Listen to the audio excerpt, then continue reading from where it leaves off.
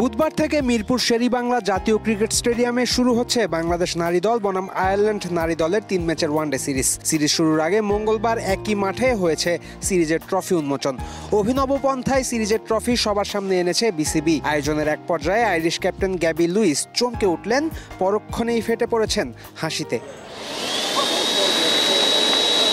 নারীদের ক্রিকেট নিয়ে সংবাদ মাধ্যমের এত আগ্রহ আইরিশ ক্যাপ্টেনের জন্য চমকে ওঠার মতোই বটে। এরপর লুইস যখন প্রেস কনফারেন্সে এলেন তখন দেখলেন রুম ভর্তি সাংবাদিক আর ক্যামেরা। এমনকি কখনোই অভিজ্ঞতা হয়েছে লুইসের? কেমন লাগছে মিডিয়ার এত আগ্রহ? লুইস নির্দ্বিধায় স্বীকার করলেন এত আগ্রহ মেলেনি আগে কোথাও কখনো। It's been brilliant. Yeah, I think I haven't seen as many cameras in my experience, but maybe Laura has.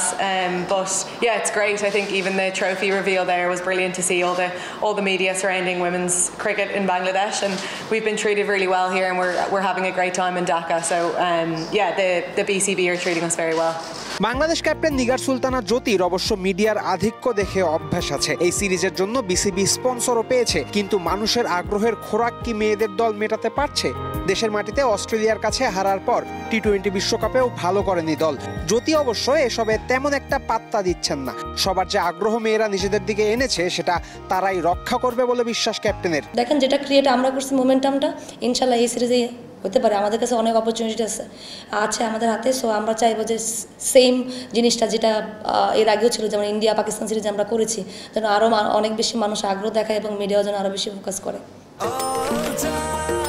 নিশ্চিন্তে খান স্বাস্থ্যকর অল টাইম পান, অল টাইম হেলদি লাইফ। মাঠের বাইরে এই সিরিজকে নিয়ে যত আগ্রহ সবার মাঝে, মাঠের ভেতর ঠিক ততটাই প্রতিযোগিতা করতে পারবে তো দুই দল। আয়ারল্যান্ড শেষ কয়েক বছর দারুণভাবে উন্নতি করছে। নিজেদের ঘরের মাটিতে ইংল্যান্ড আর শ্রীলঙ্কার মতো বড় দলকে হারিয়েছে তারা। প্রায় প্রতি ম্যাচেই প্রতিযোগিতা করছে আয়ারল্যান্ডের মেয়েরা। এই প্রতিপক্ষকে কেমন ভাবছে নিগার সুলতানা জ্যোতির দল? উন্নতির গ্রাফে আইরিশরা বাংলাদেশের চেয়েও এগিয়ে নয় তো সাম্প্রতিক সময়ে?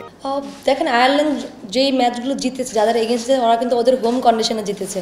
ওরা কিন্তু বলবো যে এই কন্ডিশনে এসে কিন্তু সেরকম ম্যাচ খেলার, আমি বলবো যে ওরকম এক্সপিরিয়েন্স ওদের কম এবং জেতার পার্সেন্টেজটা অনেক বেশি কম।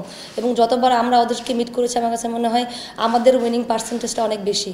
আর যেহেতু বললেন যে হোম কন্ডিশনের কথা, যে যার কন্ডিশনে স্ট্রং অনেক বেশি হয় এবং এই মাঠে কে স্ট্রং সেটা আসলে রিসেন্টলি যদি আমাদের কিছু সিরিজ দেখেন, এক্সেপ্ট অস্ট্রেলিয়া, আমরা কিন্তু ভালোই খেলেছি এবং তাদের রেকর্ডটা কিন্তু তাদের মাঠেই, হয়তো বা ওরা এখানে খেলতে পারেনি। বাট আমি বলবো যে এটা নিয়েও না কোনো, আমি বলবো অপোনেন্টকে আসলে লাইটলি নেওয়ার কোনো অবকাশ নেই আমাদের। আর কারণ হচ্ছে যেহেতু আমাদের জন্য অনেক বেশি ইম্পর্টেন্ট এই সিরিজটা, because of we have to grab 6 points. So ওই দিক থেকে প্রত্যেকটা ম্যাচ আমাদের জন্য অনেক ভ্যালিড এবং আমরা ট্রাই করবো যেন আমরা সেইভাবেই ডমিনেট করে ক্রিকেটটার জন্য খেলতে পারি।